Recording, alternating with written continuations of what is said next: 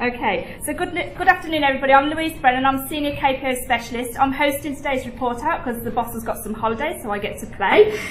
So the team this week you're going to be hearing from is the Radiology value stream, and it's the first RPIW for that value stream. Following them, you're going to hear some comments from their sponsor and the exec sponsor as well. And then we've also got an update today from our care group standard work value stream. That's a mouthful. So apart from the RPIW this week, the KPO team have celebrated SaTH staff achievements at the Celebration of Learning event. There they all are. The work through the Transforming Care Institute and the Leadership Academy has supported many staff to develop professionally, and it's a moment to reflect how many staff have now completed Lean for Leaders training and advanced lead training at SaTH. The KPO are planning the next cohorts for Lean for Leaders and advanced lean training, so no rest for us just yet. The KPO team mantra is going to the Gemba, go see and ask why. Often as part of our planning for a value stream, we'll go out and do a cultural artefact walk. Recently, Marie-Claire and myself spent some time on the Gemba observing and taking in what happens and recording what we see and hear. During the walk, we saw staff taking time to be kind to patients. We saw estate staff stopping and asking a patient, "You all right, mate? Can I help you? Do you know where you need to be?" We saw staff directing patients where to get a drink during the heat wave. We saw staff greeting and embracing patients that must spend a lot of time at our hospital. We also saw staff buying their colleagues a coffee. I heard the term frontline and behind the scenes staff used recently. To a patient, we are all frontline staff. They come into our hospital scared, worried, confused, and the smallest act of kindness can change their day, can change their visit to our hospital. This has continued to be reflected throughout the RPIW this week, and the team have been patient-focused and really, really kind to each other. I'm now going to hand over to the team, and they're going to be telling you what they've been working on this week.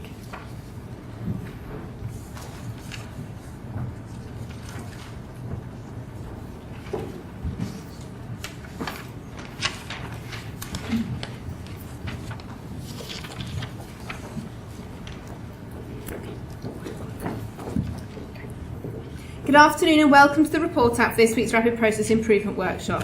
My name's Marie-Claire Wigley and I'm a Size and Promotion Office Specialist, and I've been the workshop lead for this RPIW. This week's RPIW is the first for the Radiology value stream. The boundaries were from when a CT card is completed in outpatients to when it's been vetted in radiology. The Gemba was colorectal outpatients and a radiology here at RSH. And our away team assembled to work on this RPIW include a radiographer, radiology assistant office manager, outpatients healthcare assistant, colorectal consultant, endoscopy clerical assistant, procurement lead and radiologist. We were also joined on Thursday by Izzy Smith, a patient representative. The team have used 5S, visual controls and mistake proofing to address the defects and wastes in the process. And I'll pass you over to Louise. So I've been team lead for this RPIW, and the target progress report details 5 baseline metrics for the RPIW. The current state lead time for when a CT request card is completed by the colorectal consultant in the outpatient department to when the request has been vetted on the CRIS system is over 25 hours. The target set by our sponsor, Joe McLeod, is to reduce this to 30 minutes. The time to complete the vetting process once the request is on the system took over 1,300 minutes, and the target is set to reduce this to 20 minutes. 2 quality defects were identified. These were the percentage of times the CT card is incomplete with essential details has a defect rate of 67%, and the percentage of times we returned an urgent CT request card that had been rejected in the internal post was 29% of the time. All these quality defect metrics have a target of 0%. The 5S baseline for the CRIS system is currently a level 2 with a target of level 4. The TAC time or pace of work for the boundaries of the RPIW is a total operating time of 8 hours divided by the demand of 7 CT colorectal requests per day. This gives a TAC time of 69 minutes. The value stream map shows the boundaries for the RPIW, the cycles of activity and who's involved in the process. The weights can be seen between the cycle boxes, and the opportunities for improvements can be seen in the Kaizen bursts. The current state process flowchart shows how the flow of information is delayed in the process, and the pink post-its show the wastes and weights that occur. The team are going to now tell you their story. Hi there, I'm Leah Farrell, consultant radiologist. So just to give you a little bit of background first, so of all of the 2-week wait CTs done across SaTH, the number is increasing significantly. If you look at the numbers from 2016, it was 8,523. That's increased in 2017 to 12,275. So that's 44% increase in growth. Actually, compared to the same time last year, this month it shows 50% increase, and that's about 4,000 CT areas that we're looking at. Bearing in mind, only 5% of these patients actually end up having cancer. That's also with 5 radiologists down. Looking at colorectal in particular, 2-week weight figures, that's increased from 2016 to 2017 from 2,233 to 3,086. That's an increase of 38% that we're looking at. So just to explain what we've done, so as Louise said, we were looking at trying to reduce the time it was taking for X-ray requests to actually be vetted. For those of you that don't understand, so basically vetting, it's actually a legal process that we're required to do because we're irradiating patients. So we have to justify that radiation in order to perform the examination. In order to do that, we obviously have to have a look and see whether the request is justified on a clinical basis. If not, we reject it. But also there are other reasons to reject which are non-clinical, and a lot of this has to do with the cards not being filled out correctly because it is a legal document, as I say. So just looking at what we did, so Louise walked through and started in outpatients and went from the outpatient consultation room. So the consultant would then obviously have to go over to a trolley, get a request card, fill it in. Then the request cards would be taken by HCA down to the post box in X-ray. From there, the receptionist would scan the card onto CRIS, which is our appointment system. And at that point, then a radiologist or radiographer would have to vet the card. Now, this is bearing in mind there's no time allocated in job plans to do this at all. So the issues that we identified as problems were, first of all, completion of CT cards correctly. That incurred significant delays in the process. There was obviously variability in how the cards came to us in X-ray, and also significant variability in the time it took to actually vet them. Batching of requests we found, which basically meant that a lot of requests would be held to the end of clinic and then brought down to CT. We also found issues with the rejection pathway, and that in one instance took about 5 days for a rejection to actually reach the consultant's desk. And having looked at all of these issues, we then came up with a plan as to how to make it better, and came up with this idea, which you can see ahead of you. So basically, the first, I should probably take the pencil tool if I'm doing it, it's going easier. So the first card you can see, basically, so the card is completed by a consultant. The nursing staff and clinic staff and HCAs were going to make sure that the correct details were on there, and then the card was then to be given to the patient, who would then walk to X-ray reception, at which point the receptionist would put it onto CRIS, which is the appointment system.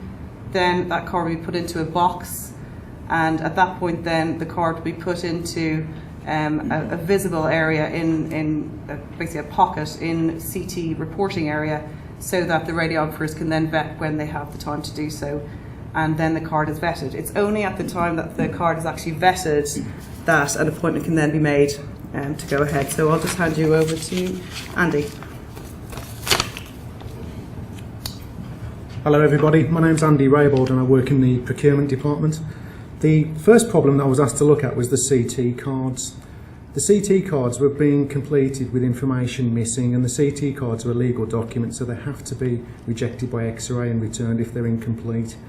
This delays the process, and as I've said, the cards are returned back to the clinic. So what was the idea to solve the problem? Well, we created a visual guide to completing the CT cards for clinicians, really emphasising the commonly missed fields on the CT card. So what did we do to test this? We laminated a perfect example CT card and located them above the consultant's desks in clinic to provide clear standards of the CT card completion. And nursing staff also agreed to check the CT card against the visual control to support the clinicians.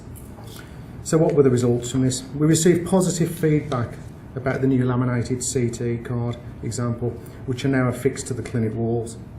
The cards received from clinic, since they have been put in place, have been received in X-ray without any errors.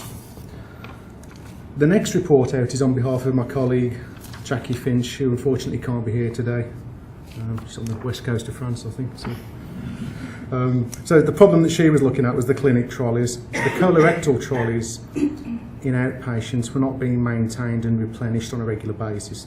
So this will cause waste and time and motion in clinics, and it was not clear what the trolleys contained because there was no labels on any of the drawers. So what was the idea to overcome the problem? We used 5S methodology to sort and simplify the trolleys.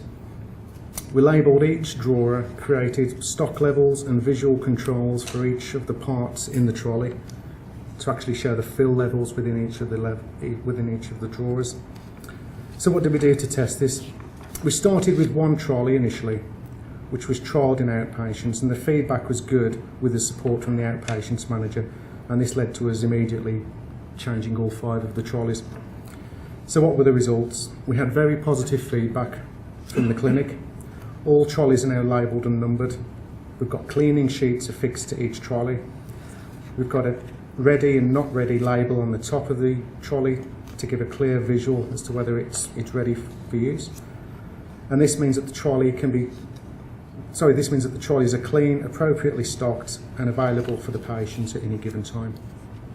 And that just shows the journey we went through on the 5S standard, hopefully heading towards level 5. I'll just hand over to Kelly. Hello everyone, my name's Kelly Mellings and I'm a clerical officer in the endoscopy booking office. The problem we've encountered this week is how to get patients' CT cards down to X-ray quicker. Originally, these were kept in a rack in clinic until lunchtime or at the end of the day when they were taken down in bulk to X-ray by clinic staff. As you can imagine, this causes a huge delay in the process.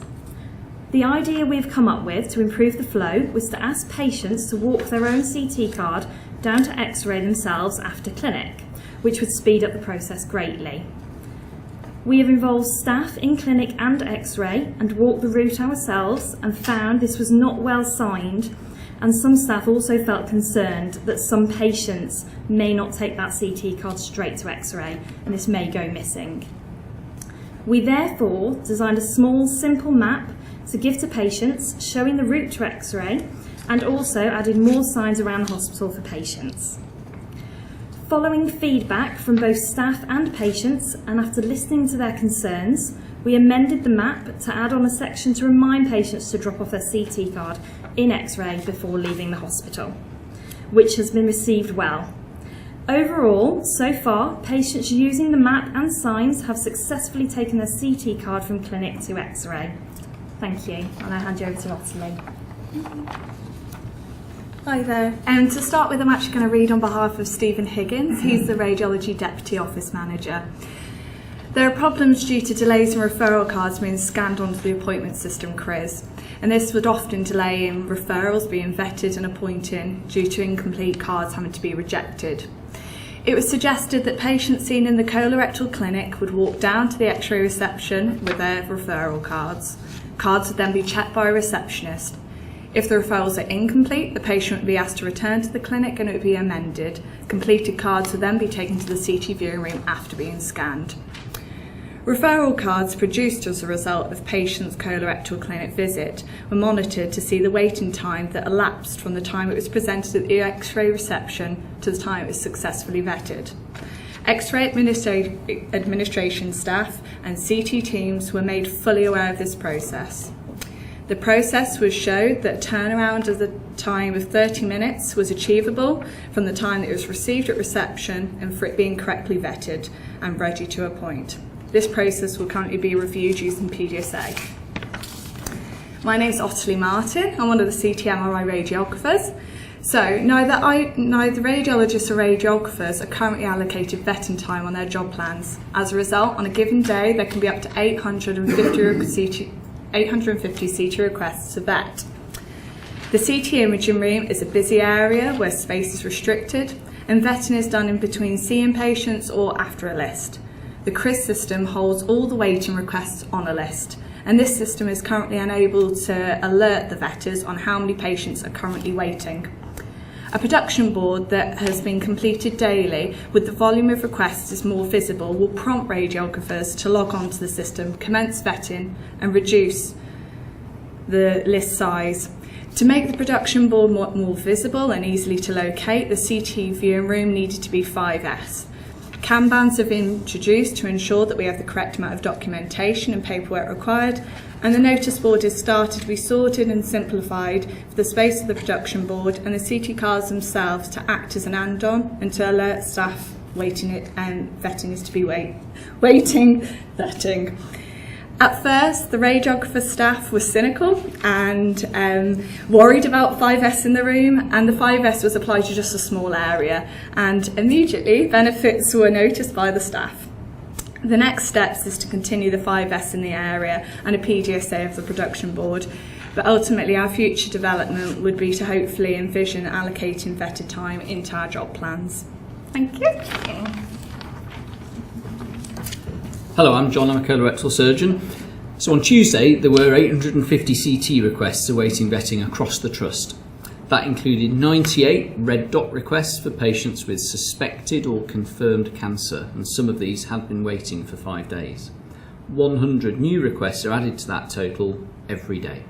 Remarkably, none of the radiographers or radiologists who vet CTs have dedicated time for this task in their job plans, and the lion's share of this work is done by just 1 or 2 dedicated individuals, unpaid, in their own time. This issue is invisible, except for on a detailed search of the CRIS system. We address these challenges with the production board, which is updated daily and displayed in the CT viewing room, clearly showing the number of scans awaiting vetting and the names of the vetting radiographers on duty that day. We also had some frank discussions about how vetting might be incorporated into daily working practices to make these improvements sustainable, and these discussions are ongoing. We assessed the impacts of the measures by looking at the running total of scans awaiting vetting, and we timed individual requests. At the start of the week, 850 scans needed vetting, with a median waiting time of 1,320 minutes. Yesterday, 170 scans were waiting, and an individual request waited just 20 minutes. My initial thoughts were that looking at such a small defined part at the start of the pathway, from when we request a CT to when we receive a report, was under-ambitious. However, as the initial process flow chart shows, the inch-wide and mile-deep ethos of the TCPS, talked to us this week by the KPO specialist from the TCI trained by the VMI in the USA, demonstrates that my initial impression shows my own lack of knowledge, both of what goes on behind the scenes when I request a test, but also of the high quality work that the KPO teams are doing across the trust. The future state process map, that's how we're going to do things in the future for people like me who are new to this, shows that by getting rid of waste, we've been able to reduce the waits and delays in every stage of this process. The ambitious target set by the process sponsor is achievable. The home teams this week have been welcoming and engaging, and happy to try out the ideas that we suggest, but also to challenge our suggestions when they know that it's a non-starter, which is particularly important if we think about the sustainability of our plans. So, genuinely, thank you to everybody who's accommodated us in their departments throughout this week. As process owner, over the next 90 days, I'll complete the items on the newspaper and continue to test these improvements that we've made, and I look forward to sharing these with you.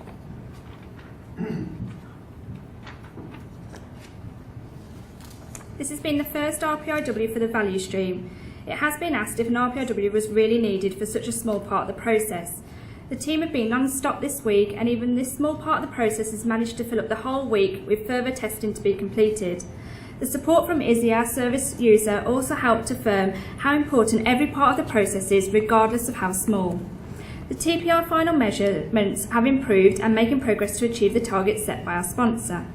The team were able to reduce the lead time from over 25 hours down to 15 hours. They've taken 10 hours off that, and that's been supported by the patients taking the CT request cards down to X-ray, creating a one-piece flow.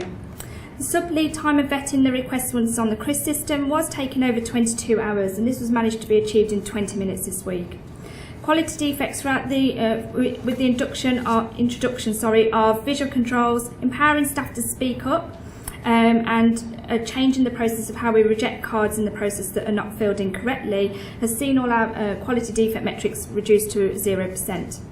The 5S of the CRIS system remains at a level 2 whilst further inquiries are made about additions to the system, and the colorectal trolleys have benefited from 5S and are at a level 2. The compliance of using the production board and the CT area will be monitored through an implementation metric.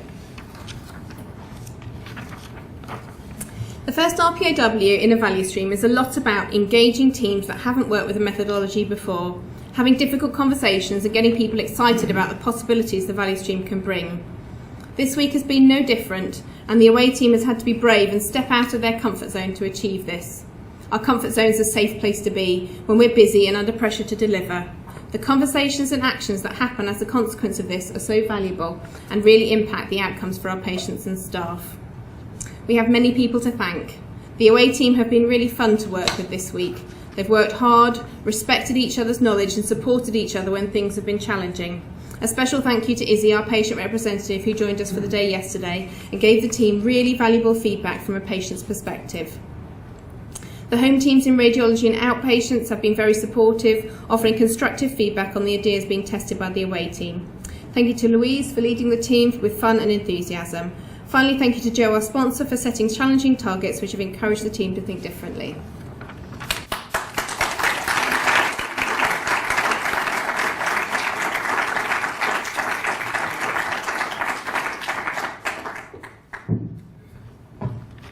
Where's the microphone? Hello, I'm Joe McLeod. I'm the sponsor for this RPIW. I'm a colorectal surgeon, so I had a vested interest in this particular process. First thing I'd like to say is thank you, John. I'm suffering from acronym overload now. I'm going to have to go away and do some reading. And I'm also gobsmacked that all my other colleagues are so rubbish at filling out X-ray cards because I'm brilliant. Joking aside, I've been amazed by this process. I was a healthy sceptic before I got involved, but I've been watching from a slight distance the amount of planning and the attention to detail and the hard work that's gone in from everybody, both before and during the RPIW. I think the guidance that Marie-Claire and Louise have given has been absolutely invaluable, and their expertise has shone through. I'm also very impressed by how hard and how well people have worked together, and there's only one way you can deliver results like that over the course of a week, and that's everybody's pulling together and listening to each other and engaging with the process. So I'd like to add my thanks to everybody who's been involved in this week. I think there's some incredible results. Getting vetting times down in such a hard-pressed department to 20 minutes is amazing. The ideas that people like Jackie have come up with to improve the processes in clinic is really, really good. And I'm looking forward to being challenged on my first incorrectly filled in CT card on Monday when I do my clinic. In fact, I might do it on purpose just to check it's working. So thank you to everybody, and I'm really looking forward to seeing how this all dovetails together with the next RPIW so that the value stream is a success. So thank you.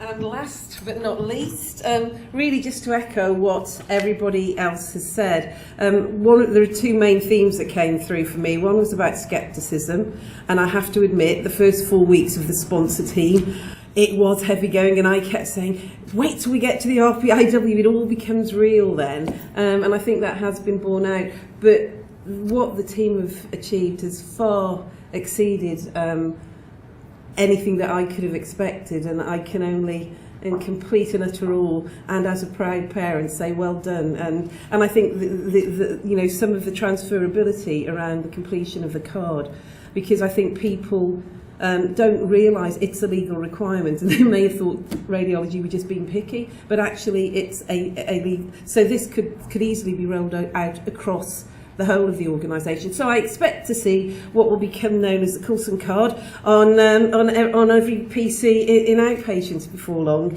The second thing, and this was at the beginning, was around kindness. And we've heard how kind the team were to each other, but there's also about the kindness to our staff. And it isn't very kind to expect 1 or 2 people to be doing the vetting in their own time. And in fact, probably didn't expect it. It just happened. So shining a light on it in the way that we have has highlighted that, and hopefully, it will become part of the routine of job planning.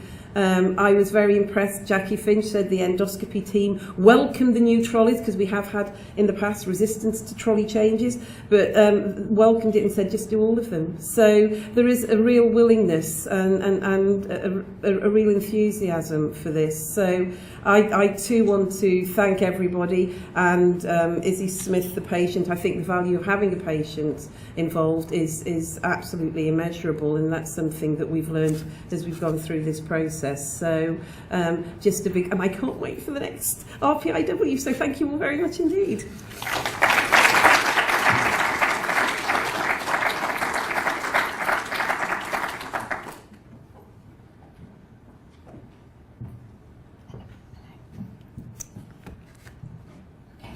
Hello everyone, I've been asked to come and talk to you today about the care group standard work value stream, which will be a new value stream to you. You won't have heard of it before necessarily, because it's the development of what was the respiratory value stream.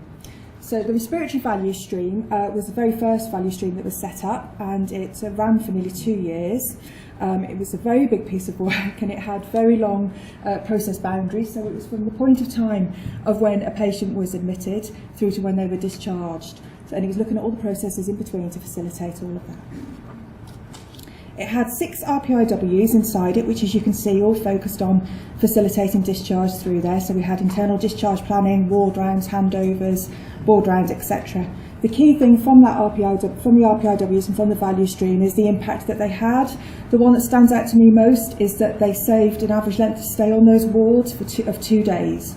So the impact on the patients was huge in it being able to do that. So what we were challenged to do was to take the learning from that value stream and transfer it across the whole care group, not just for unscheduled care, but also for scheduled care, who I'm representing today as well.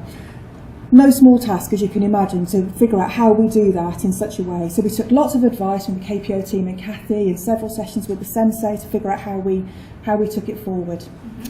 Oh, pop that one back for me, please, Louise. Okay. So what we were asked to do was figure out how we did that. So what we decided to do was set up a session for all of our ward managers across unscheduled care, with the support from the team who were involved in the initial respiratory value stream. We did that last Friday. It was very well attended, and what we did was we took them through a whole series of sessions where we explained the value of the work that had been undertaken before. To be able to do that, what we wanted to do was acknowledge some of the work that was already happening, because we are working with our wards every single day to facilitate discharge and to make things as effective and slick as we can for our patients. So one of the key pieces of work that we're doing is around Check Chase Challenge, which this shows. In terms of the SPC chart, you can see we've had an impact and we're doing some good work in reducing our length of stay for our patients. But the Check Chase Challenge process that we've got in place is really hard work. It's onerous for everybody involved. And it isn't necessarily the right approach or the way that we would want to do things, but we're doing this because the rest of our systems and processes aren't working in quite the way that we want to. So what we did was we took the learning from the value stream and we identified 10 key things that we said if all of our wards were working in this way and followed the same process, things would get better. They'd get better for our staff, and they'd definitely get better for our patients. So these are the areas that we identified. So 4 of the areas, the top 4 that you can see, are all about the process, and adopted a standard way of working, so that if we go onto our wards, these should all be really visible. Some of them are visible today, especially when you go into wards where we've had Lean for Leaders go through the training process, or they've been heavily involved in the RPIW processes, but we haven't got those in place consistently. The next 6 were all about taking the learning from the value stream and transferring it, and embedding it across all of our areas.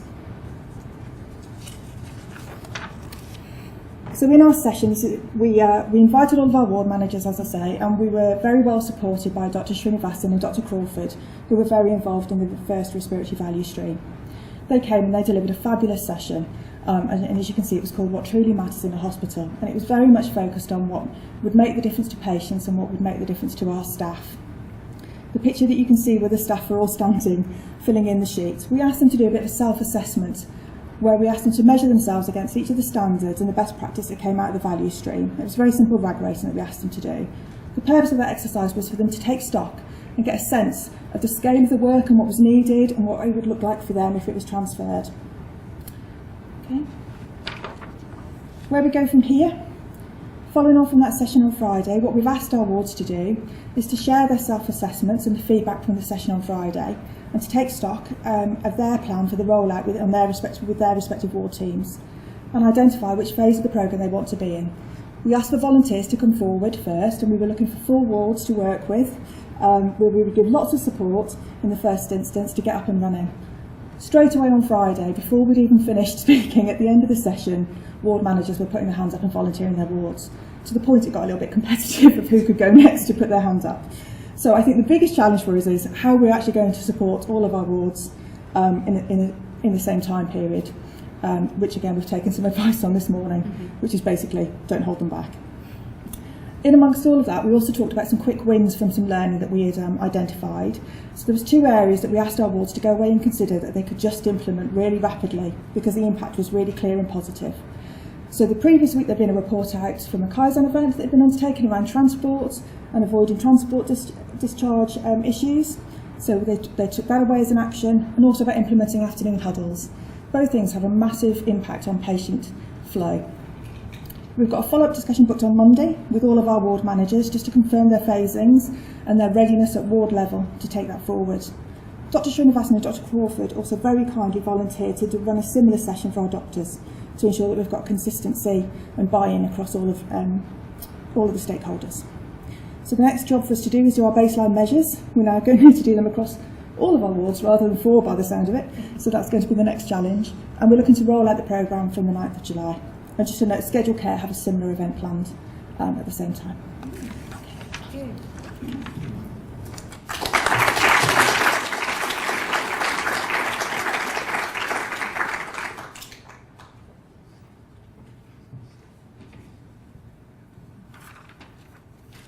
So, before I share some observations with you all, can I start by thanking those of you, particularly in the areas. It's lovely to see some folk from radiology here supporting your colleagues through the value stream and celebrating their successes. So thank you for taking the time on a very warm day to come over here and really hear their successes.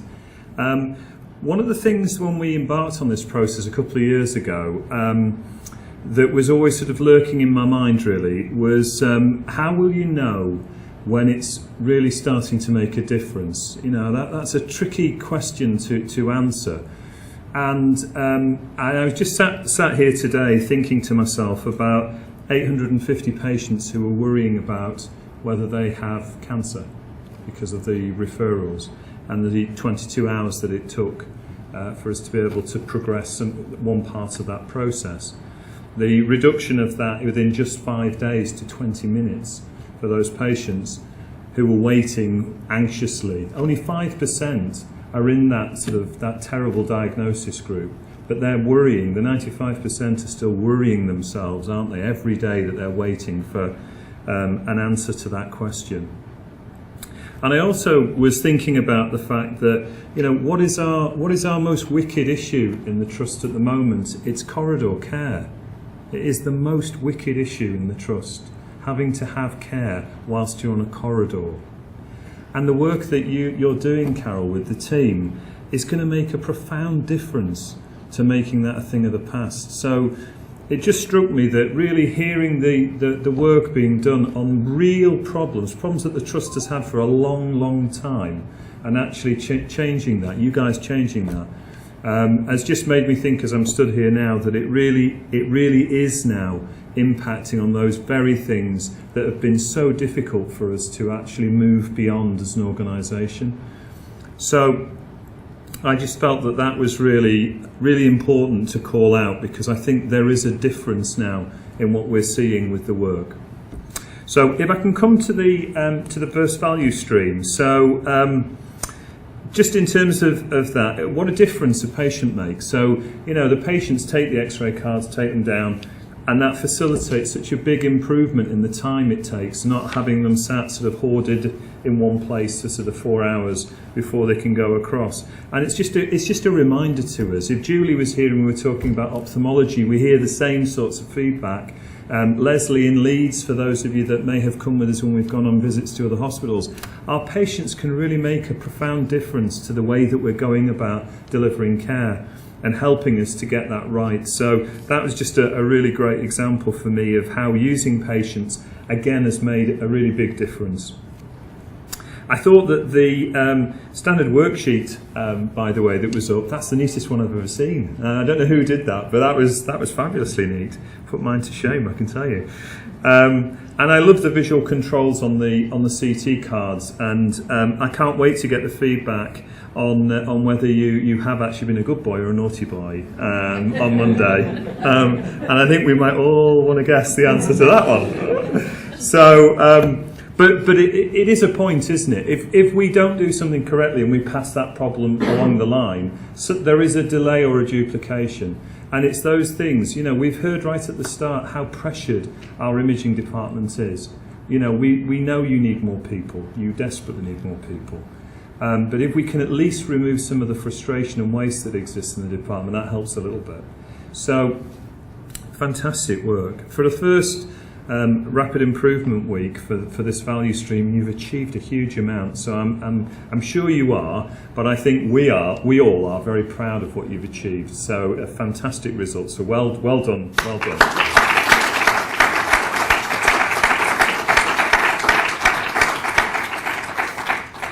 And just going back, Carol, to the work that's being done on the standard work from the respiratory work that's been done.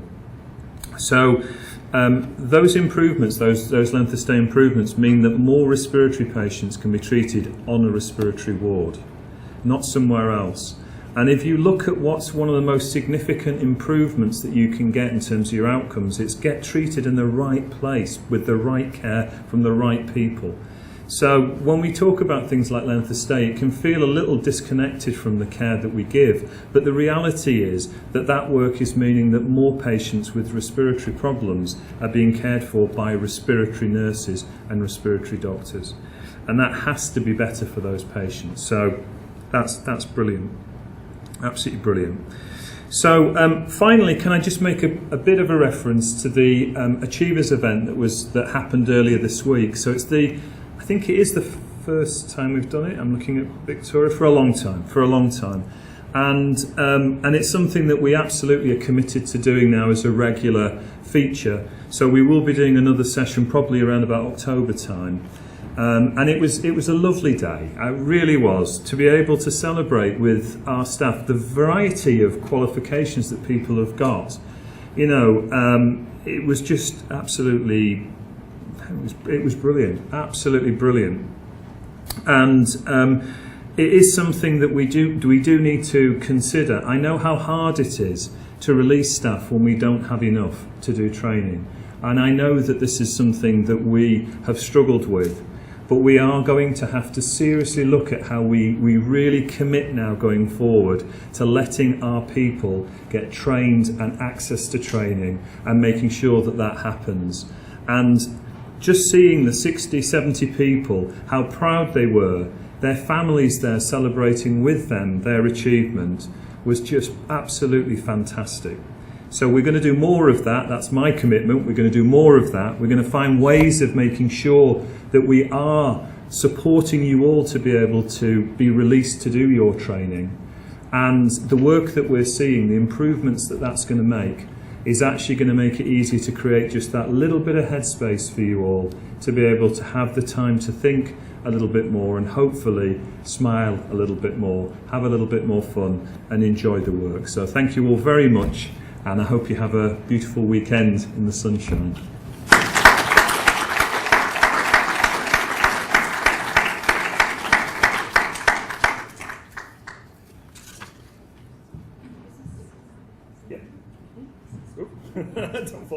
stage. Team, do you want to come on round? Now, I should warn you all, when I was giving out certificates yesterday, I was giving kisses as well. That's it. I won't walk around.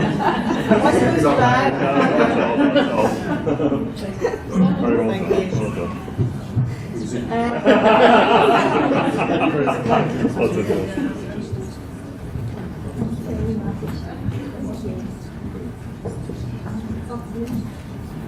Thank you. Sorry, Dan, I'll give you That's all right. Just for today, you can be Andy's job. Thanks. Brilliant. So we've got one for somebody from the home team, from Radiology. Glenn, We've got somebody from the home team. Come on, Glenn. Come on, Come on, Glenn. This is the second time you've been worried about whether you get the kiss this week. Well done. Well done. Thank you. Thanks very much.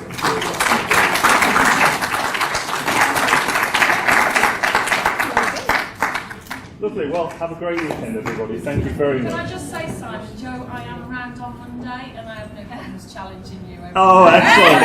Well, please get it on social media because we all want to know, don't we?